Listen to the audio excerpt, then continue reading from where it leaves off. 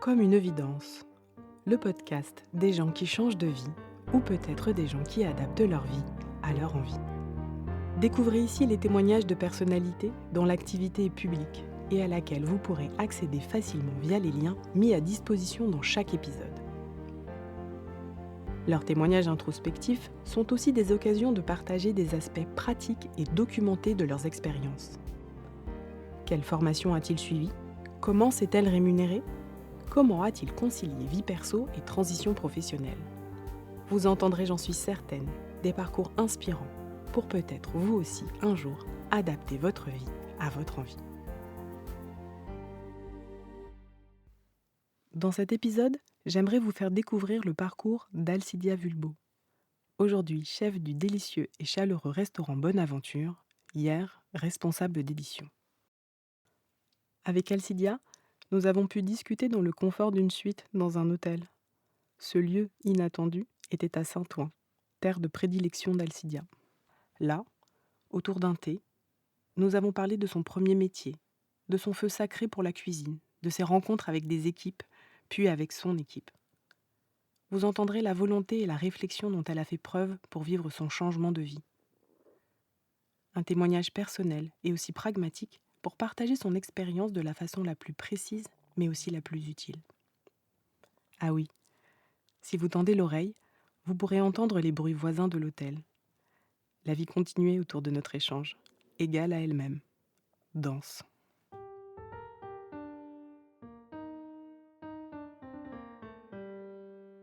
Quel était ton métier ou ton activité quand tu as opéré ce changement de vie ?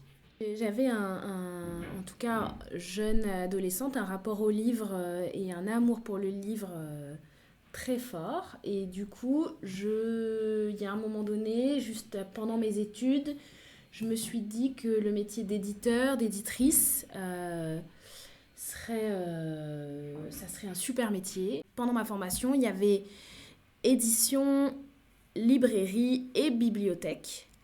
Donc il y avait ces trois métiers rassemblés et à la fin, je suis sortie avec une licence édition.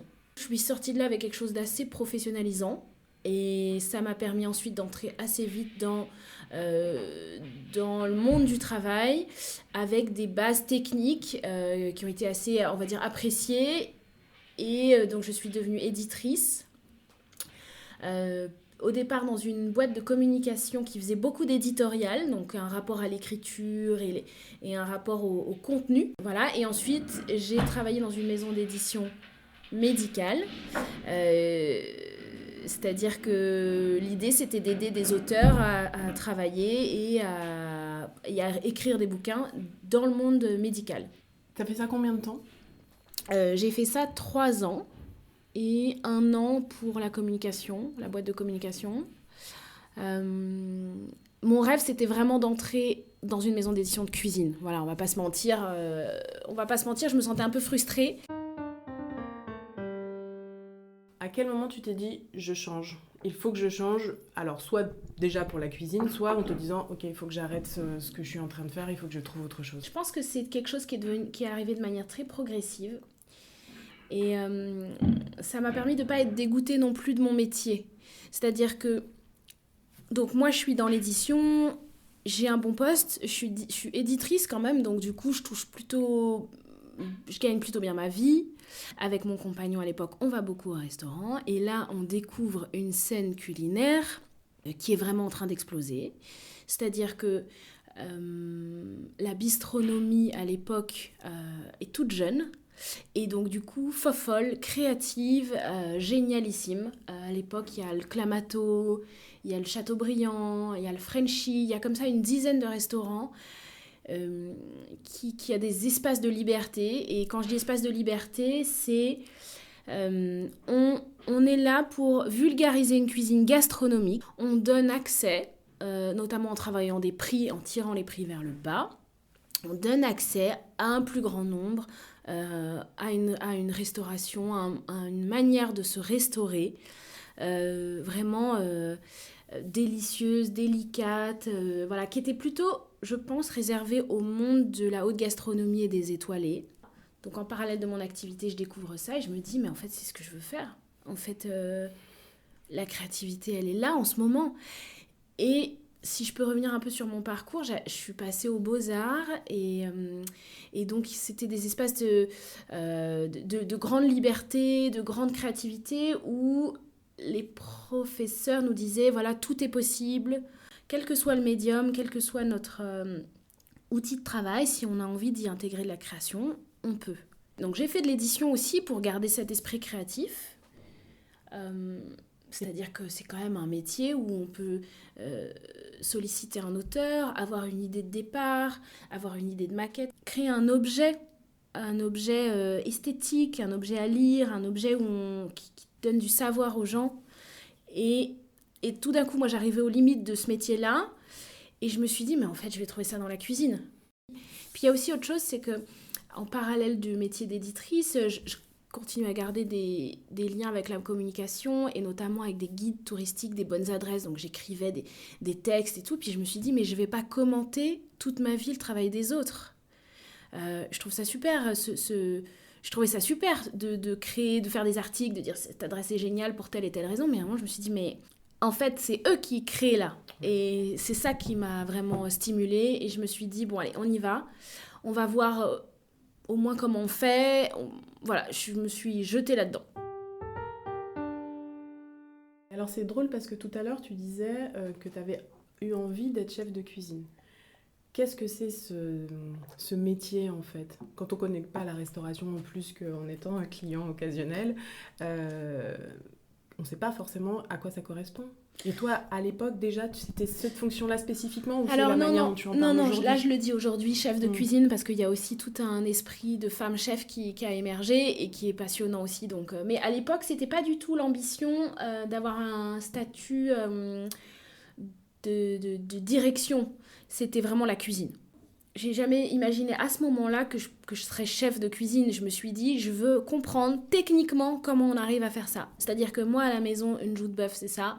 Pourquoi eux Pourquoi eux, c'est comme ça Qu'est-ce qu'il y a comme technique derrière? Et puis cette notion de l'artisanat dont je vais parler, je pense, tout au long du podcast, c'est un fil rouge, vraiment. Comment tu passes de ce statut d'éditrice à une plongée dans le bain, si c'est comme ça qu'on peut la caractériser, mais c'est peut-être pas comme ça que tu l'as vécu, dans le monde de... Moi, j'ai un feu sacré, je comprends que la cuisine, c'est ce c'est ce qui m'illumine, et je me dis, mais alors, comment on va mettre ça en branle, comment on va structurer tout ça? Et donc, j'ai commencé avec une amie, on est allé interviewer des cuisiniers, des restaurateurs, des chefs de cuisine, des commis, des plongeurs. Pendant 1 an, j'ai rassemblé beaucoup de matières. Qu'est-ce que c'est que le métier, d'abord? Est-ce que c'est tenable? Est-ce que c'est physique? Est-ce que, voilà... En tout cas, moi, dans ma famille, il n'y avait pas du tout un rapport professionnel à la cuisine. Donc, je suis allée voir d'autres gens et qui ont construit un peu... qui m'ont aidé à construire une réflexion. Donc ça, c'était un peu pour structurer. Et ensuite, le parcours professionnel, ça s'est plutôt passé de manière... c'était assez aisé, c'est-à-dire que à l'époque, il y avait donc l'équivalent du FONGECIF, donc qui s'appelait l'AFDAS pour les mondes de la culture, qui permettait soit la formation continue, soit la reconversion. Donc ils m'ont demandé de monter un dossier, lettre de motivation. Ils m'ont évidemment demandé d'avoir l'accord de mon entreprise. Ensuite, on passe en commission. Et à l'époque, c'était au mois de janvier, donc je suis passée en commission la première. Donc ça a été validé. Et donc en septembre, j'ai pu commencer mon école. Je voulais une formation. J'avais besoin de légitimer ma reconversion en ayant un diplôme. Parce que j'avais très peur à l'époque qu'on ne me prenne pas au sérieux. Être suivie comme ça... par un organisme de formation et d'aide à la reconversion, c'est vraiment, en tout cas pour moi, c'était essentiel. Parce que ce suivi, il dure 1 an? Là, tu nous as parlé d'une année, je pense que c'est sur 1 an, parce que c'était ce qui correspondait à ta formation. À la formation. Et ça signifie que pendant cette année, tu touches cette aide, et ensuite, potentiellement, tu as le droit au chomage que tu aurais pu cumuler. Exactement. D'accord, ça c'est aussi, ça veut dire que ça prolonge finalement ton chômage si tu en as besoin. On est très protégé d'un point de vue juridique, c'est-à-dire que l'entreprise n'a pas droit de vous licencier. En fait, l'entreprise doit garder le poste pendant 1 an, ouverte. Donc ça signifie que si au bout d'un an, la reconversion ou le parcours ne convient plus, On peut on peut revenir revenir sur son dans poste. l'entreprise. Très sécurisant. Très sécurisant. Et cette formation, c'était à la fois un apport théorique et puis des stages. Comment ça se passe? Voilà, c'est des formations pour adultes. On trouve ça dans toutes les écoles de cuisine. C'est des CAP en 1 an, donc normalement c'est 2 ou 3 ans. C'est des formations très courtes, accélérées, concentrées, et la moitié du temps on est à l'école et l'autre moitié on est en entreprise. Voilà. Donc moi j'ai pu faire un stage dans un restaurant que j'adorais, qui s'appelle le Frenchy. Qui a vraiment été, c'était vraiment passionnant, il y avait plein de choses à acquérir, ça a été, je me suis pris un peu des tôles aussi parce que c'est très fatigant. Le premier mois, je pleurais le dimanche, je pleurais toute seule en me disant mais je vais jamais y arriver. Et puis ensuite les cuisiniers que j'ai rencontrés, ils étaient extrêmement encourageants, ils étaient très tolérants. Franchement, j'ai eu une super équipe. Que je remercie encore aujourd'hui. Il y avait François Roche, il y avait Sybille aussi, une femme, quoi. Du coup, donc j'ai été très encouragée. Mais c'était dur, hein. C'est-à-dire qu'on passe d'un 35 heures on fait 7 heures de travail par jour et 1 heure à la pause café, à tout d'un coup bosser 12 ou 13 heures par jour et dans des conditions très difficiles. Le plus dur, c'est de tenir physiquement. Voilà. Puis au bout d'un mois, je me suis dit, bon, je vais y arriver. À ce moment-là, ta formation est terminée, il faut bosser. À l'époque, j'avais une cave à vin qui était à Saint-Ouen, donc là où je suis encore aujourd'hui. Et on discutait pas mal. Et puis à un moment, il m'a dit, bah, si tu veux, tu fais à manger. Et puis on verra ce que ça donne. Voilà. Donc ça, c'était vachement bien parce que pendant 1 an, j'étais en totale liberté. J'avais une cuisine de 1 mètre carré. Et on faisait une 30aine de couverts par jour. Je me suis vraiment éclatée. J'arrivais tôt le matin. Mais par contre, j'avais le marché juste à côté, donc je commençais par aller au marché, regarder un peu ce qu'il y avait et tout ça. Et puis structurer la carte, il fallait aller un peu vite. Mais ça, c'était vraiment super. Voilà. Et tout de suite, finalement, une forme d'autonomie, en fait. Une forme d'autonomie.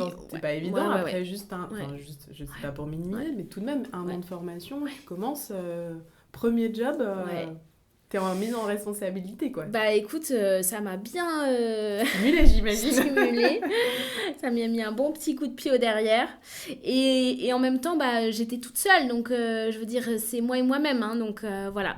Concrètement, à ce moment-là, quand tu commences à bosser, du coup, financièrement, t'es payé pour ce que tu fais. Tu enchaînes directement avec une période de travail. Oui, okay. Pas beaucoup, par contre. Pas beaucoup. Ouais, c'est vrai que ça, c'est une question. C'est-à-dire que j'ai quand même divisé mon salaire par 2.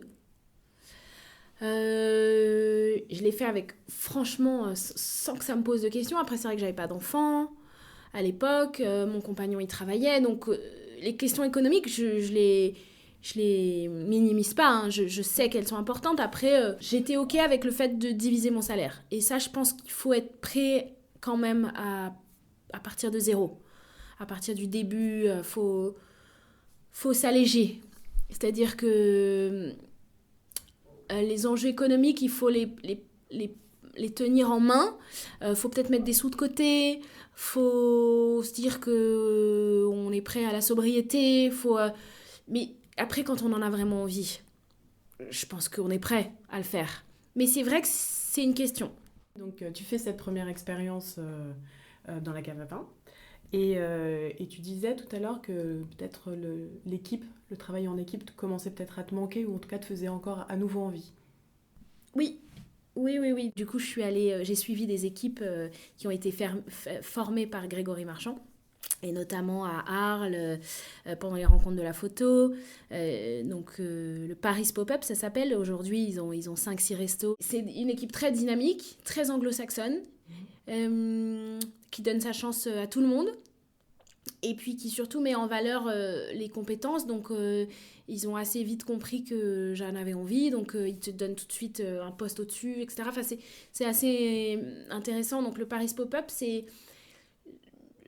eux qui m'ont vraiment boosté à m'engager ensuite à ouvrir un restaurant. En fait, c'est eux qui m'ont donné les clés. C'est-à-dire qu'à la fin, les journées étaient très longues, mais ils formaient aussi. À la fin, ils donnaient des modules de formation pour comprendre l'économie d'un restaurant. Et je crois qu'ils continuent beaucoup à faire ça. C'est-à-dire qu'ils forment leurs équipes à tenir eux-mêmes un restaurant après. À l'époque, ça m'a vraiment aidée à comprendre que ce que je voulais faire, c'était ouvrir un restaurant.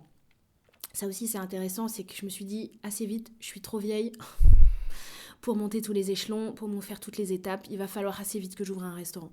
T'as réussi à penser à ça alors que tu faisais 12 heures par jour. Euh, T'arrivais encore. Non, mais moi, je trouve ça intéressant parce qu'en termes d'énergie, d'implication, je pense que tout ton être devait être quand même assez impliqué dans tout ça. Et pourtant, à un moment, tu t'es dit, attention, t'as réussi à réfléchir un peu d'une façon un peu stratégique quand même. ouais. C'est vrai que c'était prendre un peu de recul, stratégique, hein, ouais. par rapport à ton parcours. Mais encore une fois, c'est très encouragé aussi par l'entourage. Tous les copains, ils sont aussi dans ce même état d'esprit d'ouvrir un restaurant. Voilà. Il y a une émulation. Il y a une émulation. Un peu collectif, voilà. ce qui est un peu en dehors de toi aussi, c'est ce que tu veux dire. Et d'ailleurs, c'est quelque chose sur lequel je voulais revenir.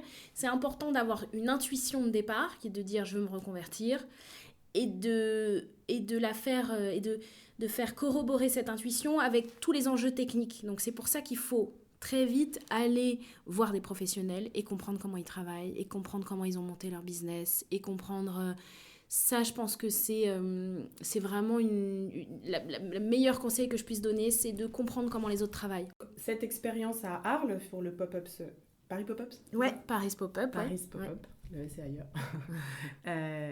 Elle dure combien de temps du coup Et bah, c'était une saison. C'est ça, donc c'est ça saison. dure 5 mois, 6 mois. Et puis ensuite, je me suis dit, ok, c'est un bon système, c'est une bonne carte de visite, donc je vais passer 1 mois, 2 mois, 3 mois dans d'autres restos pour un peu regarder ce qui se passe. Par ailleurs, j'ai rencontré mes associés à ce moment-là, qui chacun sont un peu dans leur univers, voilà, donc l'un dans la gestion, l'autre dans le vin, et qui, notamment Mathias Tanré, qui lui est sur le vin, lui aussi est en reconversion, il était professeur des écoles, professeur de français en collège, et il est aussi en train de découvrir le métier de caviste. Donc lui aussi, il est foufou, il adore ça, c'est stimulant. Donc on a vraiment une rencontre très très stimulante tous les deux. Le troisième associé qui s'appelle Laurent Dessay, qui lui est directeur d'une structure, d'une péniche qui fait des concerts et qui organise des événements. Donc lui, il a plutôt une formation de direction et de gestion.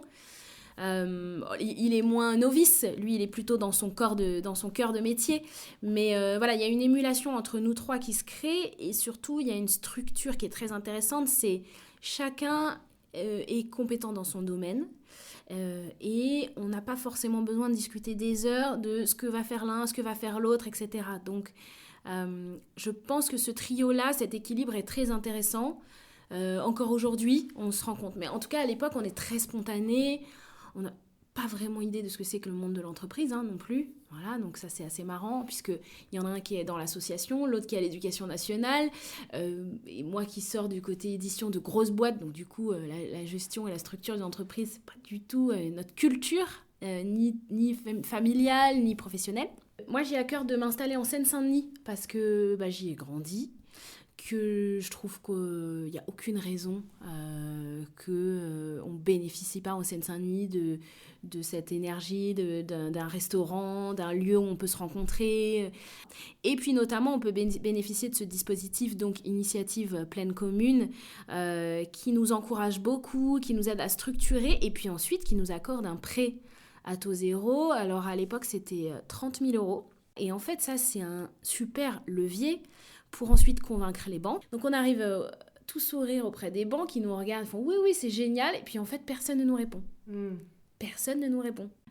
Donc on finit par aller voir un courtier, et eux nous mettent le gros coup de pouce, ils nous donnent le gros coup de pouce, ils vont voir une agence qui est beaucoup plus tournée vers les professionnels de la restauration, qui est à Paris, et qui du coup est très habituée à financer des projets de restaurants. Donc ils nous accordent, ils nous valident le prêt. Initiative Pleine Commune, en parallèle aussi nous accorde ce prêt à taux zéro. Donc là, c'est super, on a vraiment un potentiel confiance qui se met en place.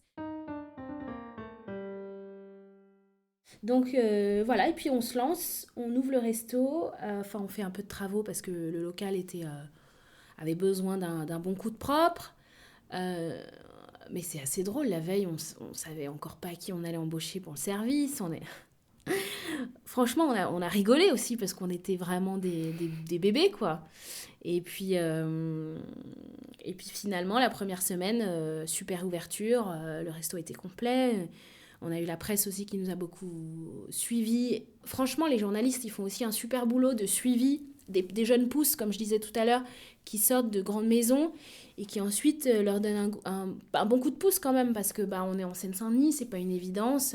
Voilà, et au bout d'un mois, le resto est complet, donc on est hyper contents. Et puis comme ça, jusqu'à aujourd'hui, quoi. Et c'est comme ça que ça démarre, et là on est en quelle année? Et là, on est donc en 2019. Donc le projet, on l'a pensé en 2018. Ouais. Je pense qu'il faut 1 an pour monter globalement un projet. C'est-à-dire trouver le fonds de commerce, trouver les financements, faire les travaux. Je pense que 1 an, c'est le minimum. Donc il faut quand même savoir être patient. Pendant ce temps-là, de création d'entreprise, de structuration du business, il ne faut pas hésiter à continuer à rentrer en contact avec les professionnels, leur poser des questions, être avec eux, leur dire voilà, je te file une journée de boulot, en échange tu me montres, je sais pas, comment tu as trouvé tel fournisseur. Je pense que c'est super et puis c'est un métier qui encourage ça. Comment ont réagi tes proches à l'annonce de cette décision de changer de vie? Ben écoute, la réaction des proches, elle est vraiment importante aussi. C'est un soutien. C'est un soutien affectif, économique. Mes parents, par exemple, ils étaient ravis. Alors, je pense que mes parents sont vraiment très sympas parce que j'ai quand même fait les beaux-arts, les lettres, éditions, etc. Mais ils ont suivi. C'est-à-dire, quand je dis suivi, c'est-à-dire que si j'avais besoin d'un coup de main financier, ils pouvaient m'aider. Émotionnellement aussi, ils ont suivi. Mon compagnon de l'époque aussi, il a suivi beaucoup. C'est quand même, ça demande quand même beaucoup d'énergie. Donc, je pense que tout le monde a un peu serré les coudes autour de moi, les copains, euh, les copines. Voilà, c'est important d'être aidé, de bien communiquer avec ses amis en disant voilà, pendant 1 an, ça va être dur, donc j'ai besoin d'aide. Ce que tu décris quand même de tes journées, c'est quand même beaucoup de passion, beaucoup d'énergie, mais beaucoup de temps investi. Comment et est-ce que tu réussis ou tu as réussi à équilibrer cette dimension familiale, perso, pro, pendant une période qui finalement a duré quelques années? En effet, c'est un ouragan émotionnel. Mhm. C'est un bouleversement quand même, il faut avoir les pieds sur terre. Mais alors, il y a quand même quelque chose, c'est que la première année, on comprend rien du tout. Voilà, et ça, c'est vraiment un conseil que je peux donner aux auditeurs, c'est que la première année, on comprend rien. La deuxième, euh, on relève la tête. Et la troisième, tout roule. Être entrepreneur, c'est ça aussi, c'est accepter qu'on va avoir une problématique dans la journée à gérer, 1 ou 12 ou 10 ou 100. Donc voilà. Donc il faut arriver avec le verre, on va dire, à moitié plein. Comme ça, on est du côté positif et on prend les choses de manière positive et puis on se laisse un peu porter par les problèmes et se dire, bon alors, ok, comment je hiérarchise les problèmes. Ça, c'est très urgent, ça l'est moins, ça peut être réglé la semaine prochaine. Euh, voilà, parce que le verre à moitié vide, par contre, on souffre. Après, tout est faisable, je crois, vraiment. Là, au bout de 3 ans, je viens d'avoir un bébé, donc c'est qu'on peut, voilà, on n'est jamais irremplaçable. Ça, faut se le dire assez vite. Hein. Faut se le dire et faut le mettre en pratique. Tu en as parlé en 2020, le Covid Mm. arrive en Europe et traverse les frontières, on va dire. À quel moment de ton histoire le Covid intervient? Qu'est-ce qui se passe concrètement pour un restaurant à ce moment-là? Donc nous, on a 1 an d'existence avant le Covid. Vraiment heureusement, parce que du coup, ça nous a permis d'avoir de la trésor, d'avoir un équilibre financier, d'avoir une équipe soudée. Donc le resto ferme du jour au lendemain. Enfin moi par exemple j'attendais le dimanche, du coup donc c'est l'annonce du président c'était le samedi soir. Le dimanche j'attendais 100 personnes à déjeuner. Donc j'arrive le matin, moi je me suis effondrée, hein, vraiment. Je me dis mais je ne vais pas pouvoir jeter tout ça, qu'est-ce qu'on fait? Il y a beaucoup de nourriture qui est offerte, donnée, notamment à des associations. Il y a très vite toute une solidarité qui se passe aussi auprès des soignants, donc de les aider à se nourrir, parce qu'eux aussi, ils ont fait un boulot formidable, incroyable. Voilà. Le restaurant donc ferme pendant 3 mois, 4 mois. Nous, à titre personnel, ça nous fait tous aussi beaucoup de bien parce que on est pris dans cette machine-là depuis 1 an. Moi, en tout cas, j'étais pas très loin du burn-out. Hein, je pense qu'on va pas se mentir. Voilà, donc ça permet à tous aussi de réfléchir, de se poser, voilà. D'abord, il y a digestion de l'événement, digestion de l'information, digestion, hein, je le dis bien, parce que, voilà. Et puis ensuite, ça permet aussi de réfléchir, de repartir. On a aussi essayé, c'est quand même, faut le dire, nous, en tout cas, le domaine de la restauration a été beaucoup aidé par le gouvernement, c'est-à-dire que on a eu beaucoup d'aides, notamment liées au chiffre d'affaires. Voilà, et puis ça nous permet à tous de réouvrir après le Covid et puis de faire cette année un peu folle 2020, ouvert, fermé, à vente à emporter. Là aussi, il a fallu être souple hein, parce que faire de la vente à emporter quand on est un restaurateur traditionnel classique, déjà on sait pas faire, hein, faire des sandwichs, on sait pas faire. On se met à faire des sandwichs gastronomiques, bon, ça n'a absolument aucun sens, mais bon, voilà, je me souviens qu'on referme au mois de novembre, hein, quand même. On referme pendant 3-4 mois. Donc là, nous, on fait de la vente à emporter, on essaie de faire de la vente à emporter de la cave, enfin bon. C'est un peu laboratoire d'expérience. Je pense que c'est très dur économiquement pour nous, pour tout le monde, pour les salariés aussi qui sont un peu paumés. Bon, c'est une drôle d'année quand même. Hein. Et puis finalement, ça repart quand même parce que le public a été super. Et puis il y a eu aussi toutes les terrasses Covid, tout ça, ça a beaucoup, beaucoup, beaucoup aidé les restaurateurs. Puis c'est un moment un peu d'enjeu aussi où apparaissent les dark kitchens. Dark kitchen, c'est donc faire une cuisine qui est fermée, donc qui ressemble plus du tout à un resto, c'est juste une cuisine et c'est de la vente à emporter. Et ça, pendant 1 an ou 2, on est un peu effrayé par ça, tout le monde là. Et puis finalement, je pense que c'est en train de... Ça a mis en valeur le travail d'accueil d'un restaurateur et d'un restaurant. Et je pense que maintenant, notre métier, c'est plus que de la cuisine, c'est aussi de l'accueil. Voilà. Aujourd'hui, le restaurant fonctionne très bien. Est-ce que tu peux nous le décrire en quelques mots ? Donc le restaurant s'appelle Bonne Aventure. C'est un peu un nom étrange, mais l'idée c'était de se dire que viens, on va t'accueillir, on va passer du bon temps, un peu comme sur un bateau, comme ça tu te laisses un peu aller. Et la cuisine, c'est une cuisine qu'on peut dire réjouissante, gourmande, locale. Épicé, et dans les vins qu'on sélectionne, et dans les produits qu'on sélectionne, et dans la manière dont on cuisine. Nous, ce qu'on veut, c'est que les gens se disent « Putain, c'est vachement bon, en fait !» Je sais pas très bien ce que c'est, ou alors j'ai bien compris ce que c'était. C'est un œuf mayo, mais en fait, c'est un œuf mayo avec du mayonnaise au saté, et du coup, c'est hyper gourmand, et en fait, je reprendrais bien une assiette, et tout en étant dans l'équilibre aussi, c'est-à-dire que... la tradition gastronomique française, c'est un peu d'utiliser du beurre tout le temps, puis d'être un peu concentré et tourné vers la viande, etc. Donc nous, on enlève un peu tout ça, tu vois, on décortique, finalement, là, on fait un chou farci en ce moment. Alors, tu vois, on fait un bouillon au sarrasin avec des champignons. Et le chou est complètement végétal. À l'intérieur, c'est une farce avec de la courge cabocha, qui est une courge qui a un goût de châtaigne, tu vois. Voilà, le sarrasin, pareil, ça renvoie à la châtaigne. Et un peu de riz de Camargue. Donc, tu vois, c'est que des produits dont je peux te donner la source, la localité. Et en même temps, on a un chou végétal, mais c'est hyper gourmand. Et... voilà, j'invite tout le monde à venir goûter, hein, parce que nous, on adore. Selon toi, quels sont les traits de ta personnalité qui t'ont aidé dans ce changement ?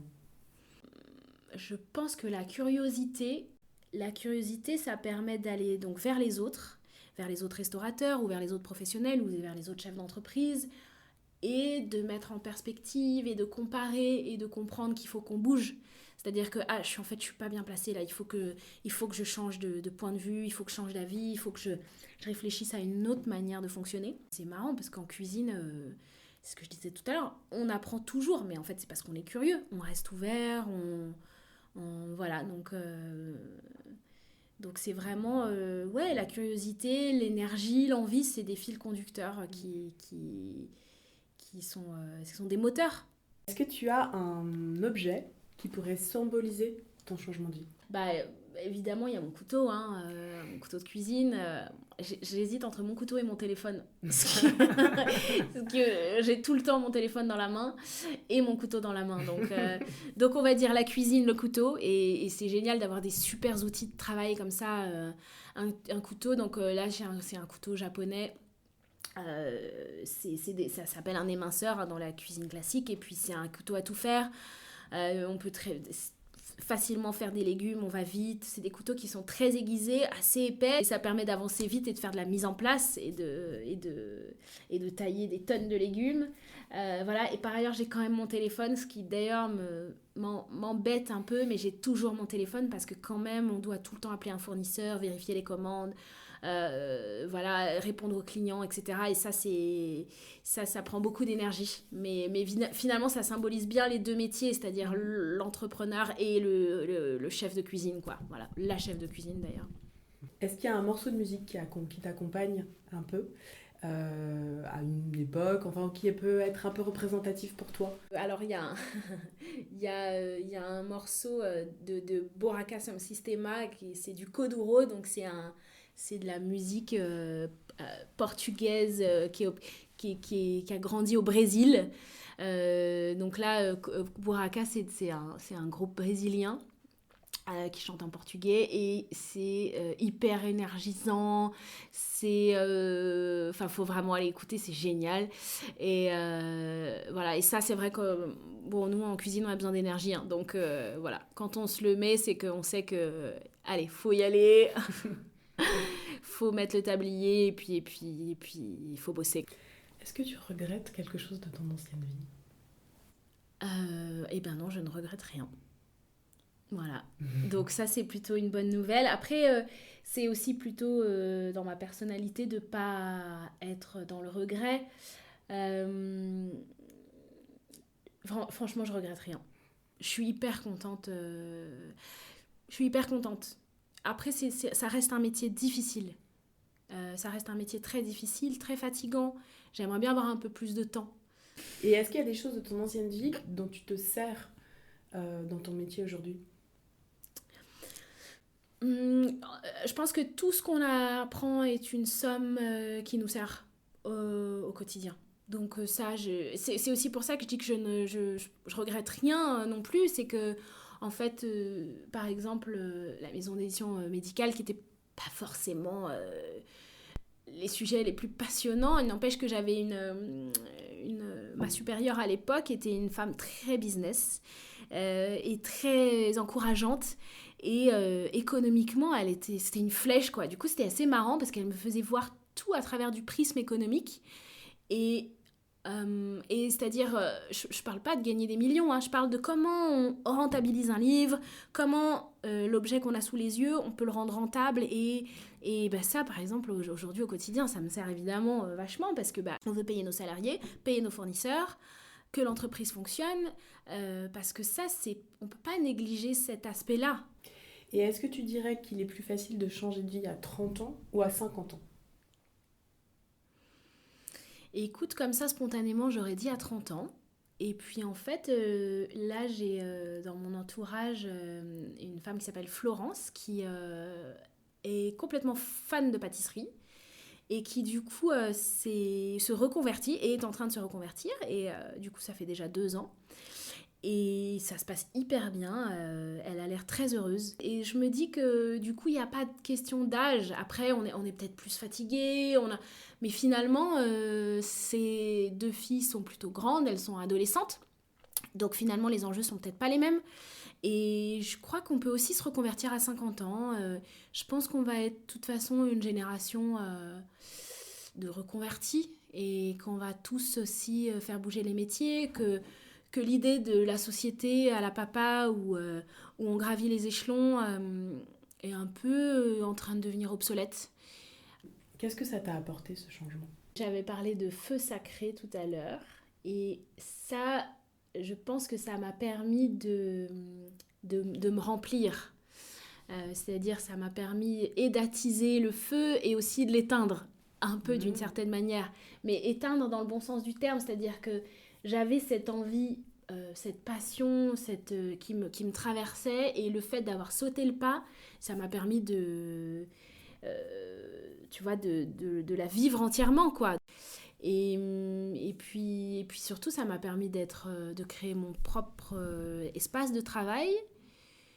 Du coup, je peux pas râler, c'est-à-dire que si l'espace de travail n'est pas le bon, bah, c'est à moi de le changer. Qu'est-ce que tu pourrais dire en conclusion aux personnes qui nous écoutent et qui rêvent de changer de vie? Bah, je crois que je l'ai dit tout au long, hein, il faut y aller. Non, mais parce que si on en rêve la nuit, c'est qu'il faut y aller. Alors, il faut entretenir comme ça cette passion, cette émotion, ce rêve. Et à côté, il faut poser des bases solides, vérifier la réalité du métier, vérifier qu'on en est capable. Et donc, en fait, voilà, c'est deux chemins parallèles. Le rêve, et puis à côté, créer une base solide pour que ça se réalise. Et franchement, je dis pas que je fais un métier de rêve, mais par contre, je fais le métier dont j'ai rêvé. Merci beaucoup, Alcidia. Avec plaisir, merci à toi. Merci à Alcidia Vulbo pour sa confiance et son implication dans cet échange. Merci à Tifo Mathieu, responsable du Mob House à Saint-Ouen, pour sa gentillesse et son accueil. Merci à toutes et à tous pour votre écoute. Toutes les références évoquées par Alcidia sont dans la présentation de cet épisode. Je vous dis à bientôt pour un nouvel épisode de Comme une évidence. Cet épisode vous a plu et vous avez envie de soutenir le podcast. Vous pouvez vous abonner sur la plateforme de votre choix et déposer vos commentaires accompagnés de 5 étoiles. Ça fait vraiment la différence. Pour partager vos réflexions, vos réactions, poser des questions et même proposer des portraits, rendez-vous sur LinkedIn ou Instagram. Merci pour votre soutien.